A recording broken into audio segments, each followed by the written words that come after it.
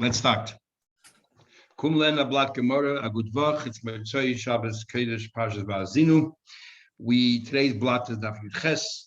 We just learned in the Mishnah Daf Yud Zayin on the Beis and Agim the Beis Shammai Beis Hillel. If Erev Yom Tov happened to be on Shabbos, when does one go ahead and toivel their kelim, which Beis Shammai says it all has to be done Erev Yom Tov on Thursday, and Beis Hillel says when it comes to kelim, yes, you're right. You don't toivel on Yom Tov, you don't toivel on Shabbos, you do it prior. But when it comes, because as we'll soon see why, but when it comes to a person going to the mikveh, you can go on Shabbos itself, which is Erev Yom Tov. There's a mitzvah to go to the mikveh Erev Yom Tov. We're going to learn in Gemara Rosh Hashanah that every person has to go to the mikveh on Erev Yom Tov. Chayiv Adam l'tayres atzum l'fnei regel. Okay. Everybody mute themselves.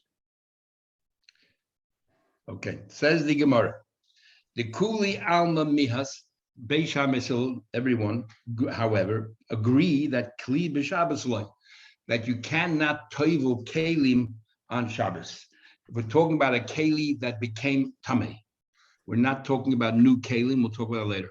We're talking about a keli that became tamei, and you want to purify it, so you have to put it in, immerse it in a mikveh.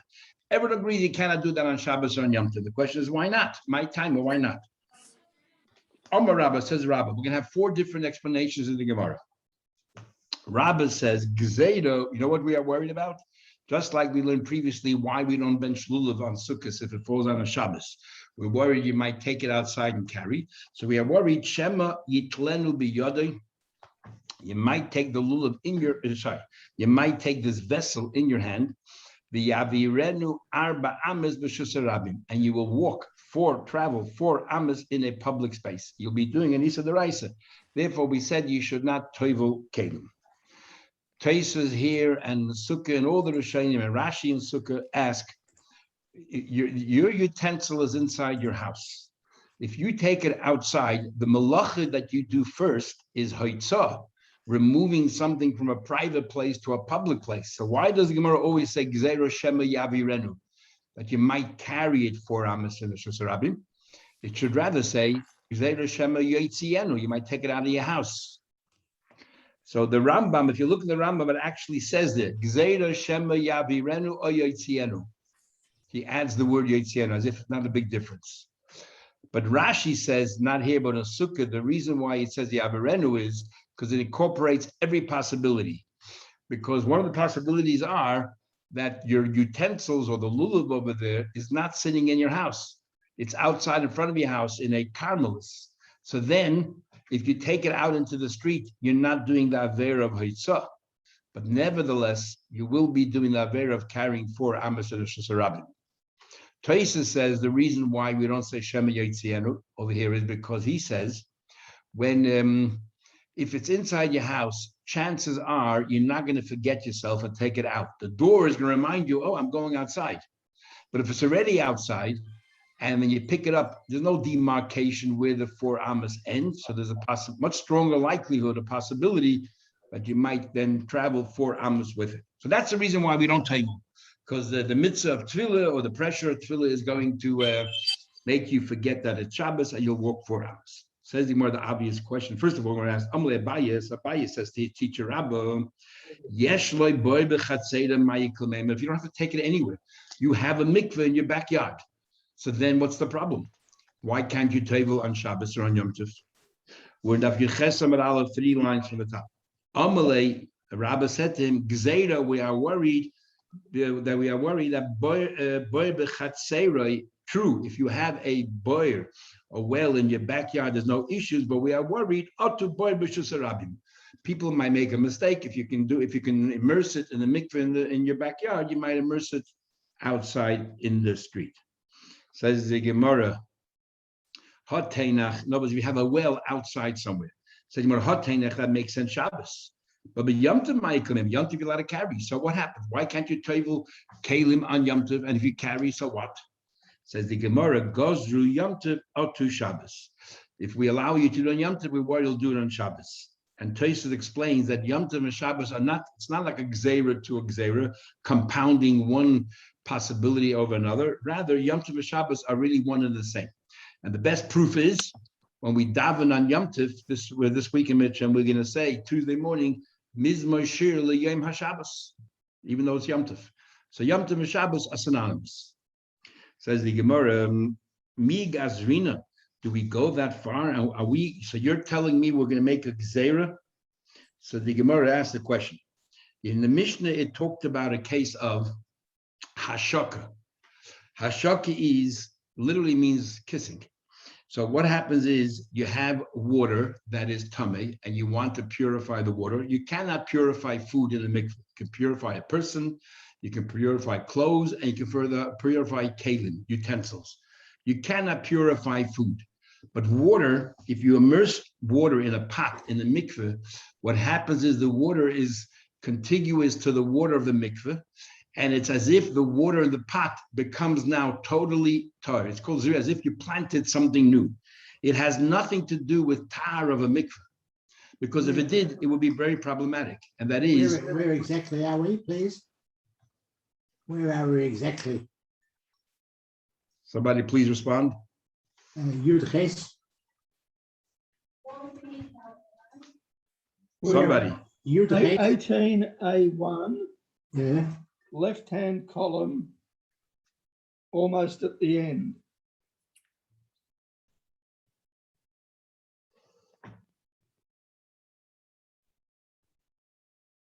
Okay, Benny? Okay. Okay, says the Gemara. So the Mishnah talks about hashaka, and the hashaka is nothing to do with tefillah. You cannot tevel food. Water you can't tevel either. But when you put the water inside a keli, and that keli is immersed in the inside the mikveh, in the well, then the water inside the pot contacting the water of the mikveh, it transforms itself and it becomes part of the mikveh. It's called zriya, as if you just planted it. And the best proof it's nothing to do with tefillah is because the keli intercepts. So part of the mikveh is not touching most of the water in the pot.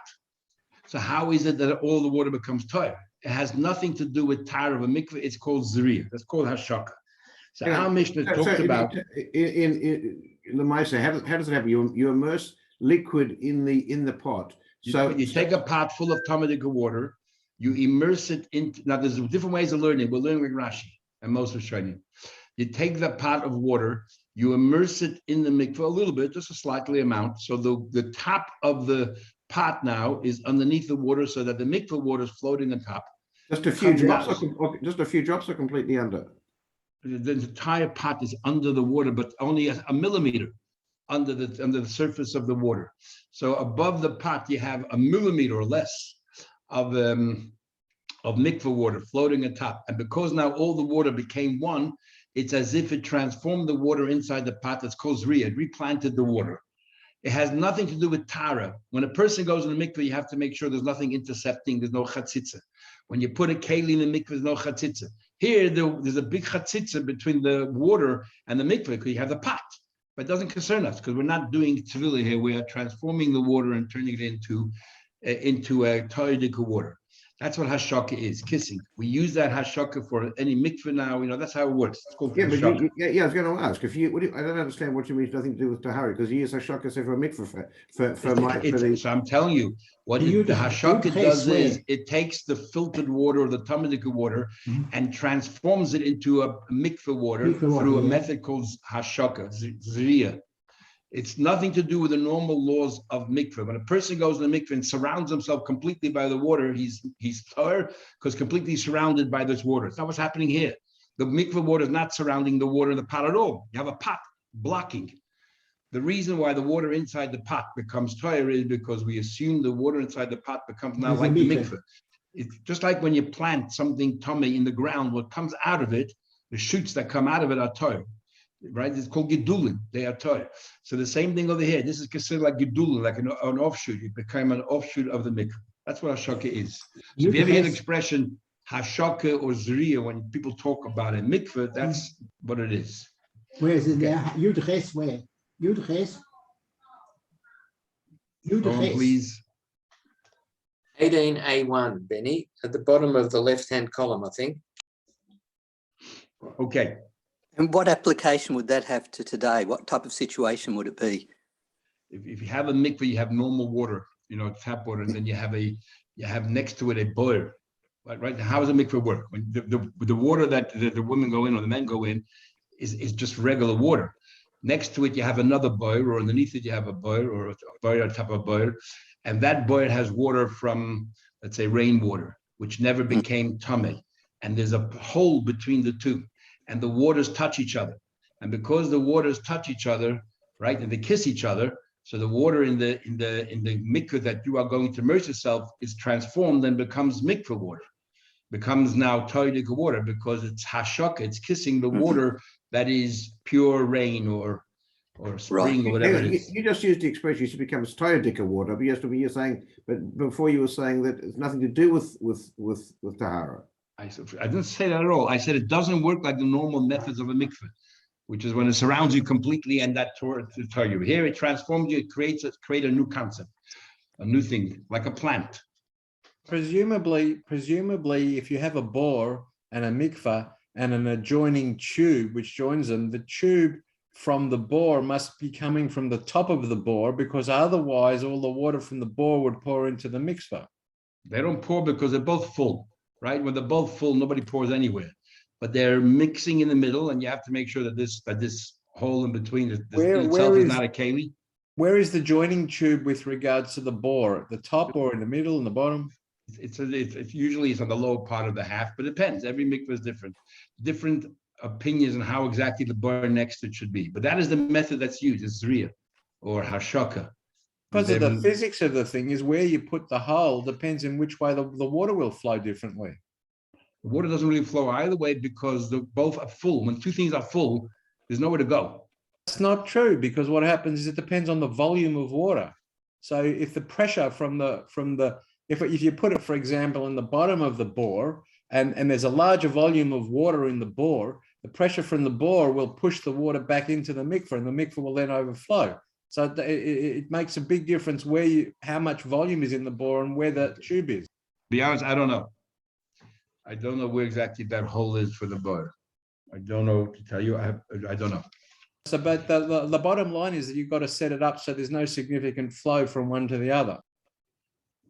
That's one of the bottom lines, but the main bottom line is that you have to make sure that the waters touch each other so that it keeps it like spring water, that it's not maim she'uvi, it's not water that is possible for a mikveh.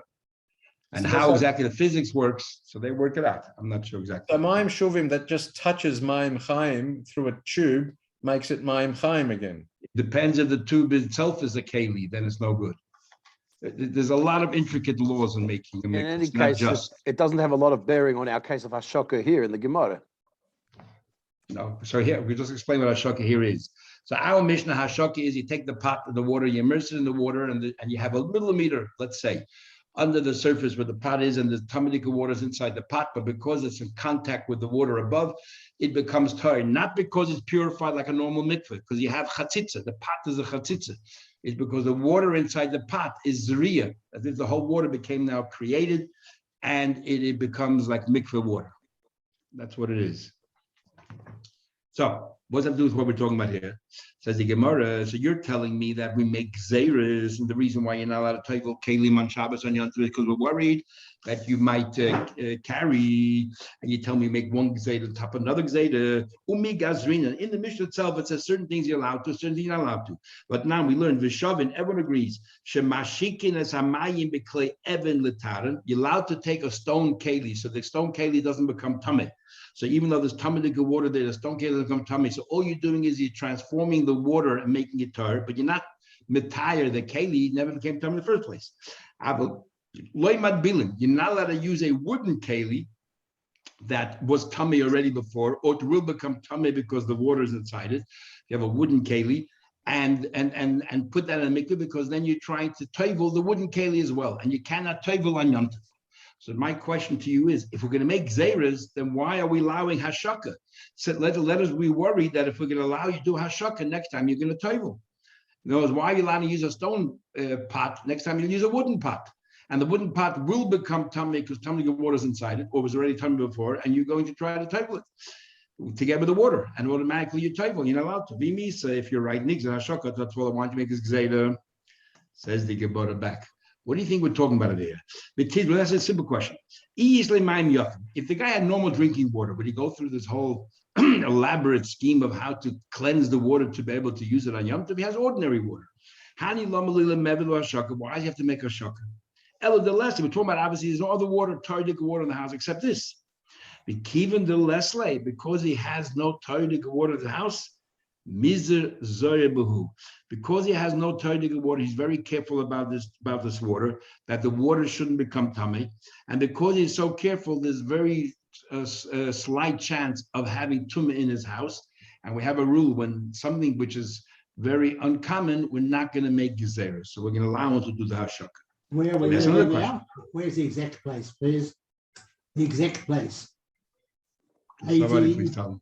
18A1, the top of the right-hand column. Right-hand column. 18A1, top of the right-hand column. The word is asave. 18.1. Yeah, what's the word? Asave. Second paragraph down the right-hand column, third paragraph.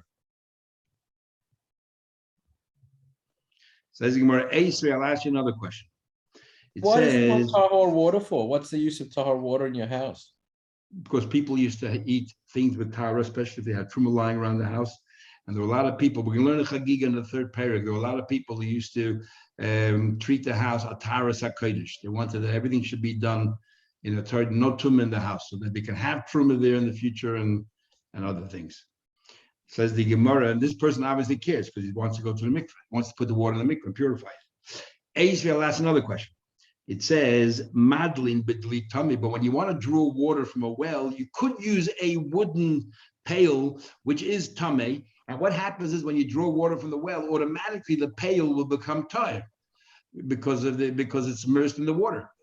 But who tired and it becomes tired. Now, why are you allowed to do that? Because it's not obvious you're doing it for the mikveh. It looks like you're drawing water. But the obvious question is, so if you tell me we're worried about gzeiras, nigza, why don't we decree that you might be next time you're going to table the keli on its own with no water, and you look like you're doing a mikveh. Why aren't you worried?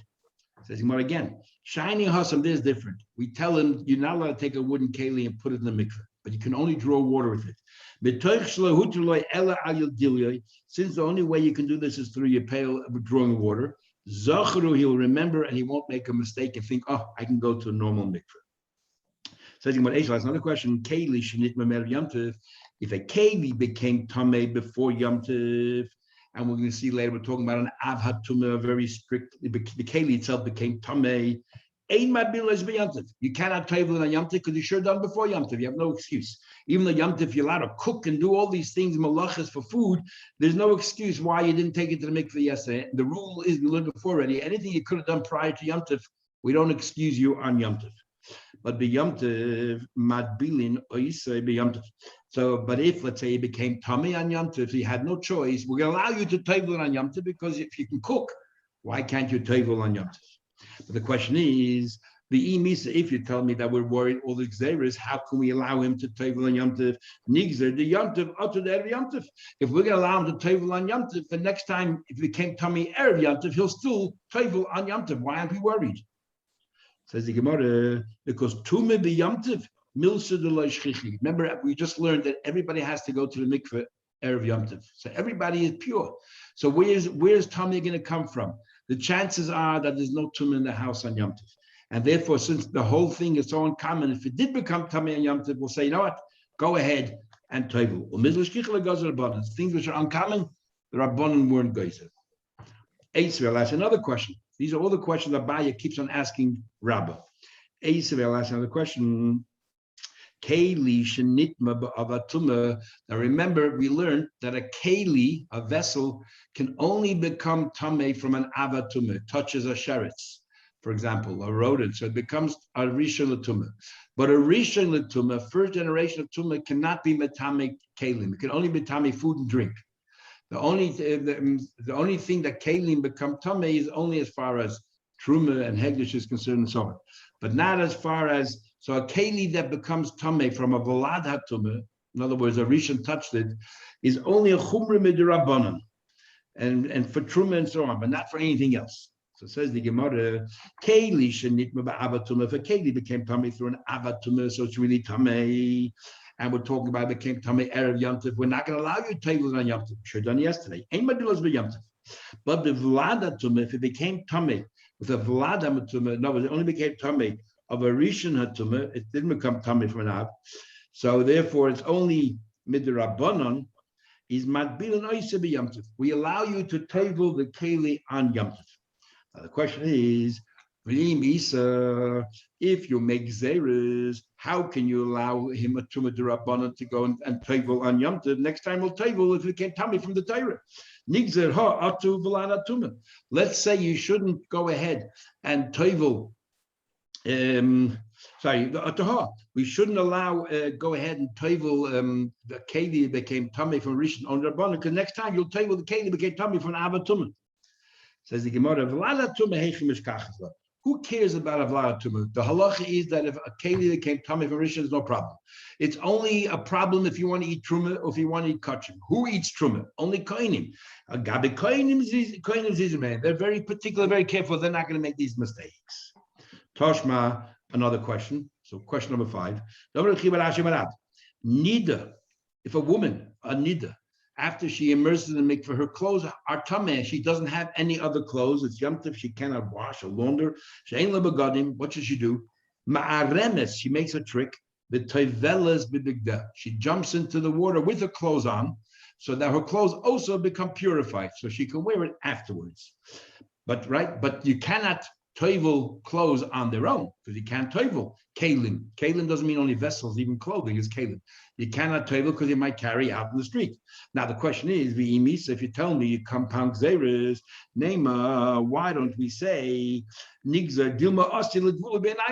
If we are going to allow her to jump in the water in the mikveh, with her clothes on, why aren't you worried? The next time she will toivel the clothes on its own. Say to him again. Shiny Hossam is different, because we tell the woman the only way you can toivel yourself is wearing the clothes. She realizes that she's not allowed to toivel the clothes on its own. We didn't allow her only by wearing clothes. He shall remember. So that's Rabba's view. The reason why you cannot toivel kalim in the Beis Hamikdash. Sorry, why you cannot toivel kalim is on Yom Tov and Shabbos, because you might carry, and Yom Tov were geyser or to Shabbos. Don't the clothes act as interference with her body? Sorry? If she jumps into the mikveh with her clothes on, We're talking about they're loose. The clothes are a chatzitza. Yeah, but the clothes are very loose. So she makes sure it's very loose, and therefore she's all right. Or she goes herself, then she puts the clothes on and goes in again. Rabbi Yisrael says, but really, so the idea is that it's very loose so that the water can go everywhere. Rabbi Yisrael gives another reason why you shouldn't toivel kalim on Shabbos or on Yom Tov. We are worried that if you're toivel your clothes, remember kalim doesn't mean only pots and pans, it can mean clothing. We worry you put your clothing in the mikveh because they're tameh, and then you take it out, they'll wring it out, and that's forbidden on Shabbos. Remodel, does she have to wear the clothes when she goes in the mikveh? Why can't she go in naked and then the clothes separately? It doesn't have to be loose fitting. The reason why we don't really want to do that is because then, since you're going to the mikveh because you need to go to the mikveh, therefore you can take wearing the clothes at the same time. If you're doing it separately, what are you going in again for? You don't need mikveh a second time. You're already clean. You're tired. So what are you doing now? So then it's very similar to just putting the clothes on its own. And we are worried. The whole idea is that while you're doing your mikveh thing, you're wearing your clothes. This way your clothes become tired. It's a trick. But the trick has to have legs. This way she won't do it on her own. So Abaye asks Rabbi Yosef, Teinach Kelim, at least we know Abaye doesn't discriminate. Anybody who said anything, Abaye was there, he asked questions. Teinach, it all makes sense. Okay, clothing you might wring out. But Kelim, the lav b'nei schitinin, when it comes to pots and pans, why can't you toivel it on Shabbos and Yom Tov? What are you worried about? Amalei said, you're right, but Gzeida, Hani, Oto Hani. I'm worried if you can allow to toivel your pots and pans, you are going to toivel your clothes and you might bring it out. Eisvei kol hani to you. He asked all the same questions, the 5 questions he asked before about Xeris. Vishani Lekidishin, and Rabbi Yosef answered exactly the same answers that Rabbah gave him. So that's reason number 2. Reason number 3. Rabbibi says, Zeta, we are worried, Shema Yisha. You know why we don't want you to table Kalim on Yom Tov? During the week, everybody works 6 days a week. Who has time? Yom Tov, people have a bit more time up their sleeves. They say, you know what? Kalim became tummy. We'll put them in a cupboard. Comes Yom Tov, I'm going to table all my Kalim. And the problem with that is that in the meantime, you have Tamadik Kalim lying around your house, and you might put Truma inside them. You're asking for trouble. But if we tell you there's no point in waiting for Yom Tov because you can't table it anyway, as soon as they become Tameh, you will table it. That's reason number 3. And in fact, Tanya Kavasid Rabbibi, we have a brisa that supports Rabbibi. It says they can't treat better Yom Tov, but can't become Yom Tov, ain't madbilin oisiv Yom Tov. You don't table Yom Tov. Gzeira Shema Yisha. Clearly. Rava comes up with a 4th reason. You know why you're not allowed to table Kalim? Clear. Looks like you're fixing up your Kali. Looks like you're fixing it up. Because since it was Tameh till now, and you couldn't use it, and now you immersed it, you could use it, that looks like you're fixing up a Kali on Shabbos, on Yom Tov. Says the Gemara, so Adam Nami, how can a person then go into the mikveh? Adam neither can make a person doesn't look like he's fixing, even if he's Tameh, doesn't look like he is fixing anything up because he's going there for a bath, he's going to cool down. So it's more a question of what it looks like. It's not really fixing up because it's all spiritual, what it looks like. And therefore, people go in the mikveh to cool down. You have 4 different reasons here. Big machlekes and Rishonim, who the halach is like. You have the Rif who learned the halach is like Rabbibi and Rabbi Yosef. And you have the Rosh who learned the halach is like Rava. And what's the difference between the which way you learn? The difference is we also take things to the mikveh if it's a brand new dishes, we also take to the mikveh. Are you allowed to take to the mikveh brand new dishes? So we say that since the halachic case, if you learn that the reason is because you might squeeze out and all of those other things, what's the difference? Why are you taking it to the mikveh? Whether it's because it's brand new or whether it's tummy, we have the same issues. But if the reason is because if the reason is Shema Yisha, because you might leave in your house and put Truma there or not, it's not really a problem when it comes to brand new kalim, because even though you're not allowed to use brand new kalim, if you did, the food is still kosher. If you use kalim that you didn't table, the food is still kosher. If it looks like you're fixing up things, it depends. If you hold that toiveling kalim is a mitzvah, the rabbanon, which is what the Rambam holds, then it's like Tumah the rabbanon, you should be able to do that on Shabbos and Yom Tov. If you hold that that toiveling kalim is mahatayra forbidden, you have to table mahatayra, which is what the Shulchan Aruch holds, but Yosef seems to hold, then you're not allowed to table because it looks like you're fixing up things. So in Halach and Shulchan Aruch it says that there are 2 opinions, whether you're allowed to or not allowed to. So it says technically you should not table any kalim on Shabbos and Yom Tov brand new. If you didn't do it, you shouldn't. And the Shulchan Aruch recommends if you have dishes that you didn't table, what are you going to do on Shabbos and Yom Tov? Give it to a goy as a gift, and they lend it back to you. And then afterwards you take it and you table after Yom Tov. But the evidence says if you didn't listen and you went table, it's all right because the apostle hold that you're allowed to do it on Shabbos and Yom Tov. Okay, now let's talk about the person. But why a person could go to the mikveh on Shabbos and Yom Tov proper, even if he's tamei, because it looks like he's cooling himself down. Says the Gemara. What about when it doesn't look like he's cooling down? When the water is good, there's a stench in the water, whatever. Nobody's going to cool down such dirty water. Yeah, obviously, he's going to purify himself. How can you do that on Shabbos Yom Tov? So like I said, on occasion, a person comes back in very, very hot, in the hot summer, scorching heat, and he's so hot, he doesn't care what water he goes into. Even water that was soaking linen and flax. It's filthy water, he doesn't matter. He wants to cool down. Says, okay, in the summer, you can convince yourself he is cooling down. We're in the winter. Nobody's going to cool down, it's cold. Sometimes a person comes back from the field filthy, dirty with mud and excrement. He doesn't care, even dirty water he's going to go bathe, or he's not doing what bathe. He'll bathe himself just to clean himself from the filth. So therefore, because it doesn't necessarily look like he's going to fix himself up to remove the tumor, so therefore you're allowed to toivel yourself a When did Shabbos. the Rabbanim change in all that have bath on Shabbos? We learned in Gemara Shabbos that we don't take baths on Shabbos. Why? And we're talking about going to the mikveh here because you're tamei, and to purify yourself, not to go swimming, to purify yourself, or not to take a bath because you want to take a bath. That you're not allowed to do.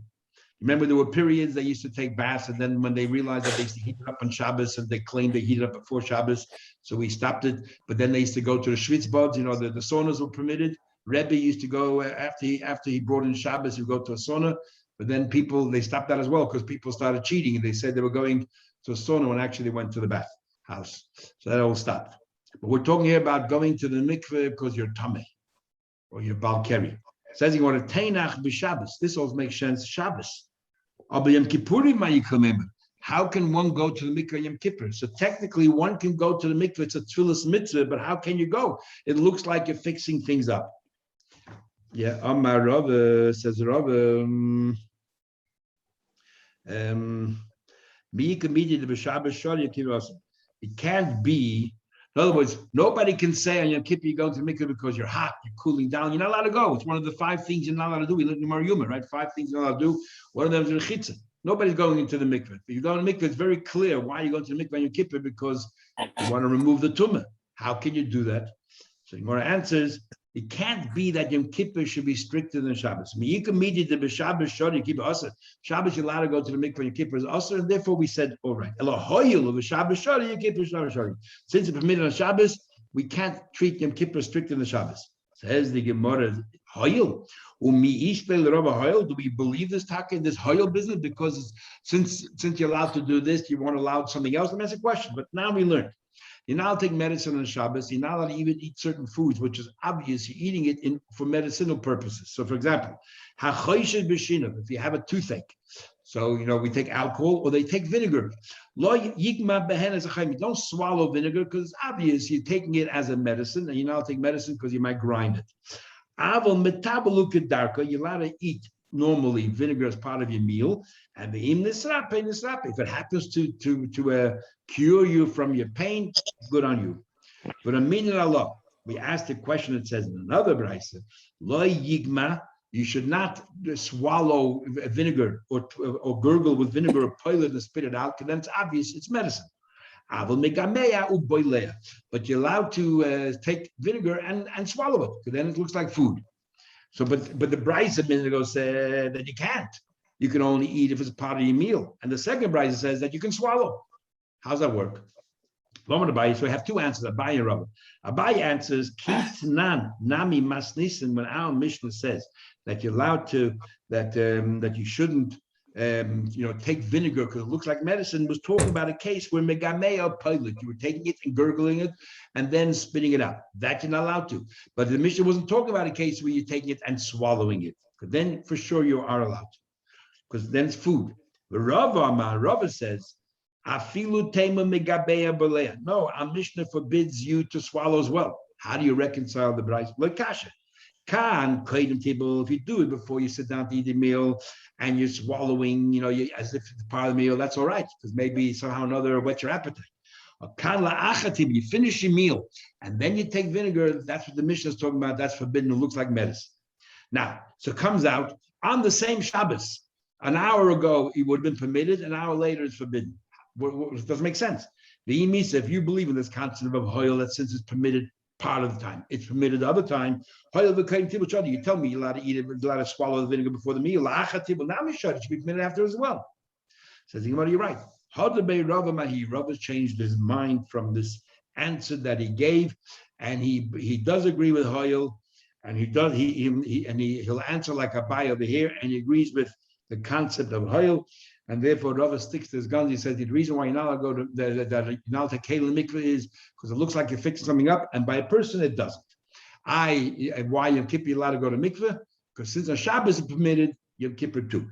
So how do you know which one he changed his mind from? How do you know that my maybe he changed his mind? Maybe he changed his mind about the mikveh. So it can't be the Tanya, but the clear brayse. Kol chayav tefillas. Anyone who has to go to the mikveh, toivlin kedarkin, can go to the mikveh bein b'tisha b'av, bein b'yom kippur. They can go to the mikveh on Tisha B'av, and they can go to the mikveh on Yom Kippur. So women were allowed to go to the mikveh on Yom Kippur and Tisha B'av. Taisa says, however, it doesn't apply today because we don't have the concept of tefillah b'zmana. Because our women today, we learned in Marnida that going to the mikveh as soon as you become Torah is a big mitzvah to go that night.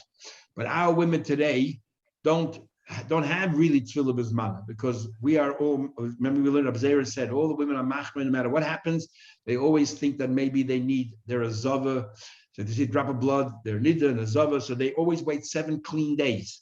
But really, it could very well be that just a nida. And a nida, you don't have to wait 7 clean days. A nida is 7 days from when you started seeing your is nida. But they wait 5 days and then 7 days. So as a result of that, by the time they go to the mikveh, it might be 5 days after their tumah expired. So it's no longer tefillah b'zmana. And then Taisa says that even if you don't agree with this, nevertheless, in those days they were worried about tumah v'tara.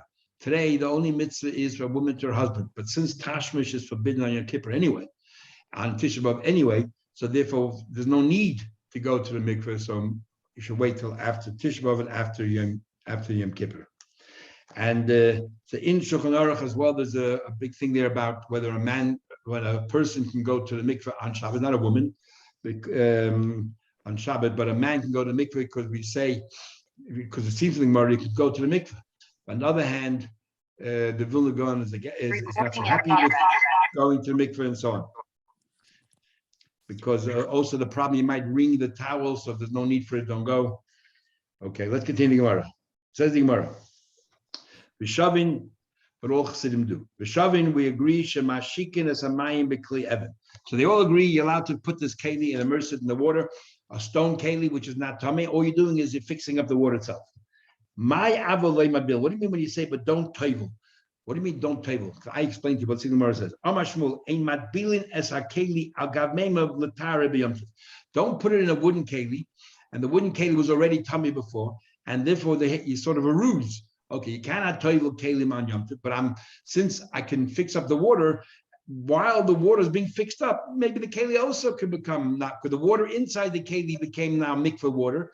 And the keli now is surrounded with mikveh water on inside and outside. So the keli also becomes tired. But that wasn't my purpose. And so therefore, maybe I can do that. The Mishnah says you cannot do that. Mani Maslis, it would seem we're trying to understand who is the author of our Mishnah. It makes a difference on Yom Tov between Hashaka and Tevilah. Hashaka is permitted. If we only focus on the water using a stone keli, it's all right. But Tevilah is not good. You cannot tevel the keli together with the water. So who makes that distinction? It seems loy Rebbe v'loy Rabbanan. It doesn't follow anyone. What do you mean? The Tanya, we learn in the Brayso the following words: Ein madbilin es hakeli. We do not immerse a keli al gav name of the tare. Don't use it as a ruse to try to purify a keli because of the water as well. You know, the water will become tare, so too the keli. So the first thing the Rebbe says is don't do tevilah, and then he says the ein mashikin es hamayim.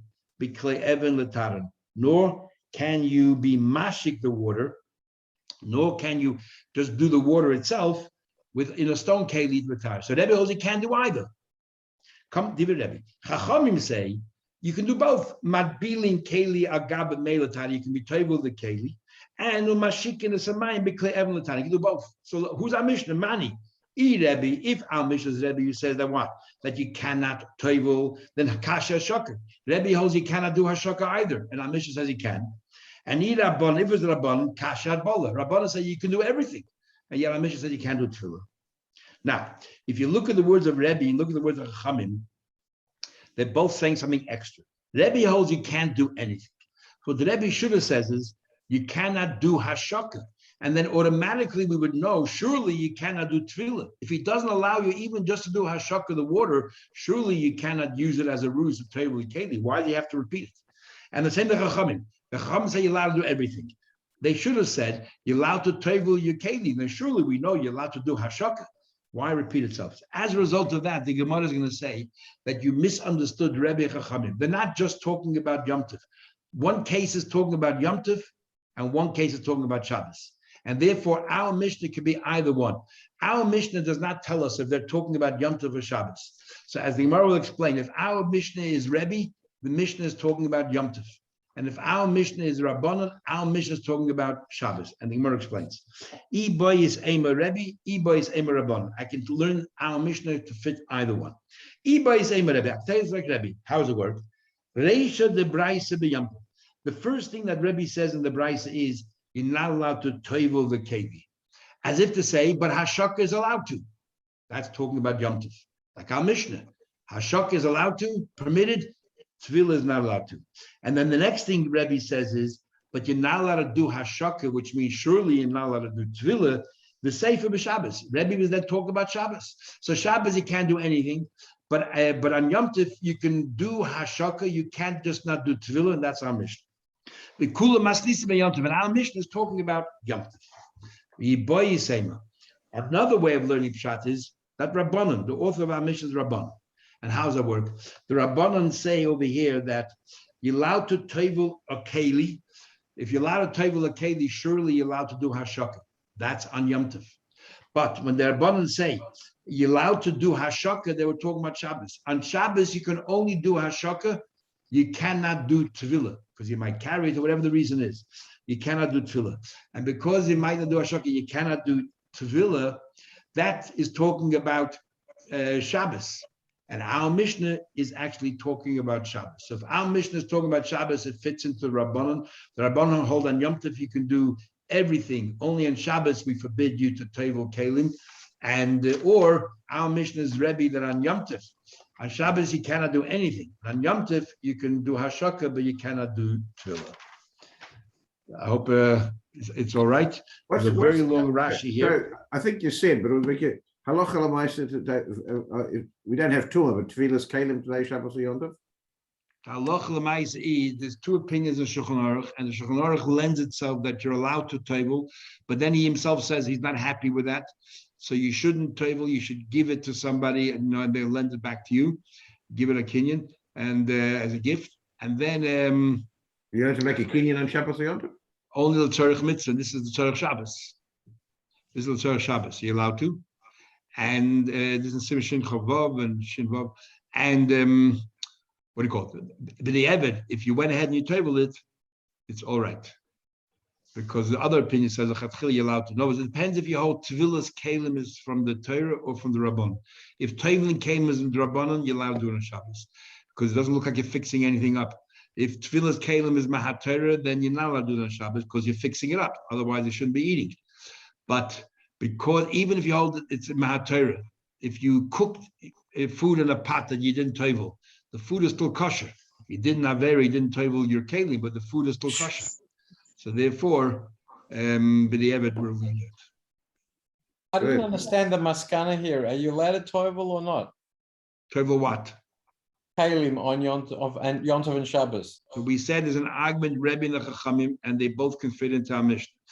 If you follow Rebbe holds like this. On Yom Tov, Rebbe holds that, what do you call it? On Yom Tov, you can tovel, you cannot tovel kalim, but you could do hashaka. On Shabbos, you can't do either.